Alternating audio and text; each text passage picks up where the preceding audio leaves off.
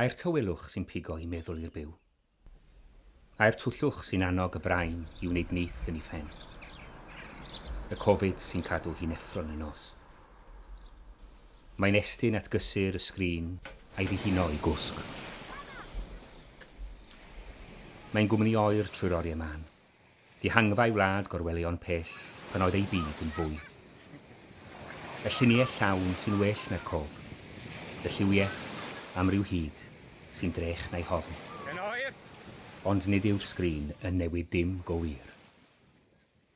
Wrth godi drych rhy dda ar ddoi, mae'r lluniau'n dangos pa mor llwyd yw muriau dyddiau cil. Yn llwyddo'n wych i atgyfnerthu'r nos. Hei! Ti'n iawn? Yna'r dydd mae'r sgrin yn fyw, yn chwarae bod yn ffenest fawr sy'n gadael heilwen sgwrs i mewn. Pelydrau iaith sy'n estyn lôn i drio llyncu'r pellter myd rhwng chwaer a chroen. Ac oes mae chwerthin am y peth, a gwasgu llaw a chwythu sws, y lleisien gweithio ddod yn nes teimlo wal y sgrin. Rai fi fynd wan. Nid pontio'r bwlch mae'r fideo byw, ond dangos maint y twll.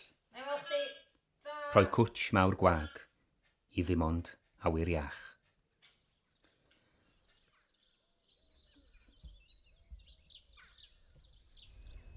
Os cysgu neu beidio, daw'r bore i bawb. Yr adar sy'n canu'n ddiofal o hyd, fel rhai sy'n heb darllen y sgript. A'i gwybod mae'r adar ei bod yn galaru. Synhwyro ei hireth am gysur a chroen, a thrio ei chodi a'i can. Mae'n gwrando. Mae'n gwybod. Heb allu ei gweld, ei can sy'n ei chyffwrdd i'r byw.